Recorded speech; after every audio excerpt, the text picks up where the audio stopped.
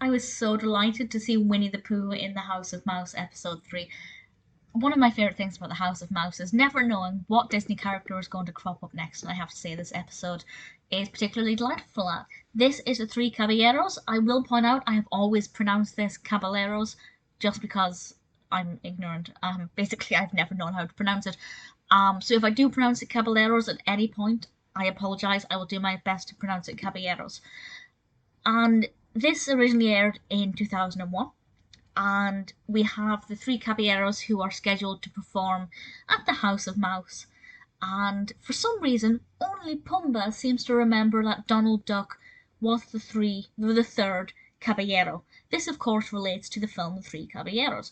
And Donald Duck suddenly gets an ego trip because suddenly people are remembering that he was this person. He's this singing sensation, the third member of the Three Caballeros, and suddenly he thinks everybody loves him. And he's very jealous of Mickey being in charge of the House of Mouse. Of course, it's Mickey's House of Mouse.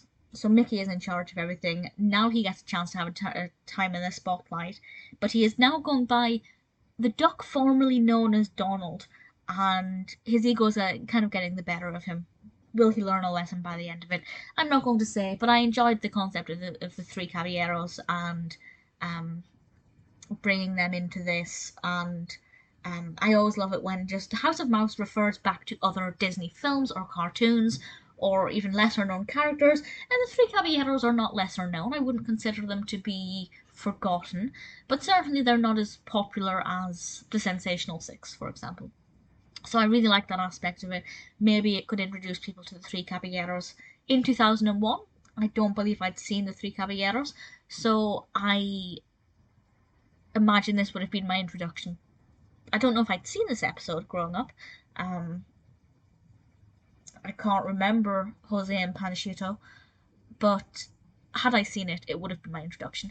We also have 2 cartoons in here, a little bit weird. Usually we normally have 3 by this point, but we have Donald's Fish Fry, which involves Humphrey the Bear, who is a very brilliant recurring classic character from, I believe, the 40s and 50s, often up against Donald. And then we have Goofy and How to Be Smart, which I really enjoyed. I will discuss both of those separately, so I won't go into too much detail just now.